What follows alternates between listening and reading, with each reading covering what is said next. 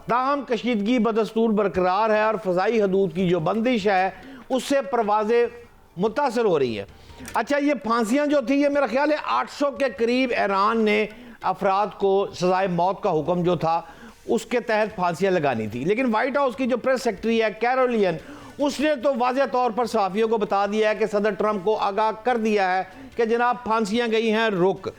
اگر آپ دیکھیں پھانسیاں جائیں گی رک تو پھر کچھ تھوڑا سا تازہ ہوا کا خوشگوار جھونکا ضرور ہے۔ اچھا، کریک ڈاؤن جو ایران میں ہوا ہے وہاں پر سینکڑوں میری اطلاعات کے مطابق شہادتیں جو ہیں وہ ہوئی ہیں، اطلاعات سامنے آئی ہیں۔ لیکن اگر آپ تیسرا اینگل دیکھیں، اس کو وال سٹریٹ کا مطالعہ کر لیں تو وہ تو واضح طور پر کہہ رہا ہے کہ ایران پر فوجی حملہ جو ہے ممکنہ طور پر حکومت کے خاتمے کا باعث نہیں بنے گا۔ کیوں نہیں بنے گا؟ وہ یہ کہہ رہا ہے کہ ایک تو وسیع تر تنازعات مزید جنم لے لیں گے، اور دوسرا ان کی جو قیادت ہے 2 3 4 پیچھے کھڑی ہے۔ ایک قیادت کو اگر ایران کی آپ اڑا بھی دیں گے تو اس کے بعد بھی قیادت کا فقدان جو ہے وہ نہیں آئے گا اور رجیم چینج اتنی آسانی سے ممکن نہیں ہے۔ لیکن اس کا دوسرا پہلو ایک اور اگر آپ غور کریں تو اس وقت ثالثی کا کردار ادا کر رہا ہے، وہ کون کر رہا ہے؟ وہ سوئٹزرلینڈ کر رہا ہے جی۔ اچھا، سوئٹزرلینڈ جو اس کا کردار ادا کر رہا ہے اس کی وجہ یہ ہے کہ جب 1979 میں اسلامی انقلاب جو آیا تھا اس کے بعد امریکہ کے تہران سے سارے بندے چلے گئے اور ایک سوئٹزرلینڈ ہی واحد ملک رہ گیا ہے جو کہ امریکی اب تک جو ہے وہ ان کے معاملات کو دیکھ رہا ہے، کونسلر تحفظ فراہم سوئٹزرلینڈ کرتا ہے۔ میری پاکستان میں سے مقیم جو امبیسڈر ہیں سوئٹزرلینڈ، میری ان سے بھی بات ہوئی ہے، سلیم مرغوب بٹ صاحب سے۔ میں نے ان کو پوچھا کہ سوئٹزرلینڈ اس وقت آپ امبیسڈر ہیں تو کیا صورتحال ہے؟ انہوں نے کہا جی سوئٹزرلینڈ ہی ایک پل کا کردار ادا کر رہا ہے جو امریکہ اور ایران کے درمیان ثالثی کی پیشکش بھی اس نے کی ہے، اور نہ صرف خطے کے لیے، مشرق وسطیٰ کے لیے، بلکہ پاکستان کے لیے بھی یہ کوئی اچھا اقدام نہیں ہے جنگ اگر ہو گئی تو۔ اور آخری 2 لائنیں منیزہ صرف یہ ہے کہ دیکھیں یہ کوئی ونزویلا نہیں ہے، 1 لاکھ فوجی کھڑا ہے اور آ کے آپ نے صدر مملکت کو اٹھا کر اپنے ملک لے گئے ہیں، اس کی بڑی کو بھی ساتھ لے گئے ہیں، پتہ نہیں جوتی باندھ دیتی ہے کہ نہیں باندھ دیتی، بیڈ روم سے نکال لیا گیا ہے۔ یہ ایران ہے، یہ مذاق نہیں ہے کہ ایران کو آپ بالکل اڑا کے پرے کر دیں گے اور رشیا بیٹھا رہے گا اور چائنا بیٹھا رہے گا۔ میرے پاس مصدقہ اطلاعات نہیں ہے، ورنہ میں تو آپ کو فگر کوٹ کرتا کہ رشیا سے کتنے طیارے جو ہے وہ اس وقت ایران پہنچ چکے ہیں۔ لیکن بات یہ ہے کہ ایران کو صرف ڈرایا جا رہا ہے۔ اب ایران ڈرتا ہے یا نہیں ڈرتا؟ تاہم آخری لائن جی میں نے جو فیل کیا ہے کہ ایران نے کہا کہ آپ ٹیبل پر بیٹھے جنگ کرنا چاہتے ہیں جنگ کر لے، اس کا مطلب ہے کہ ایران خوفزدہ نہیں ہے منیزے۔ لیکن میں چاہتی ہوں بٹ صاحب جاتے جاتے افضل رضا صاحب کی بھی ایک رائے لے لی جائے۔ سر کوئک اوپینین دیجیے گا، آپ کو کیا لگتا ہے ایرانی کیا چاہتے ہیں؟ Do they want to fight or they don't want to? دیکھیں for the Iranians honestly either homeland or death.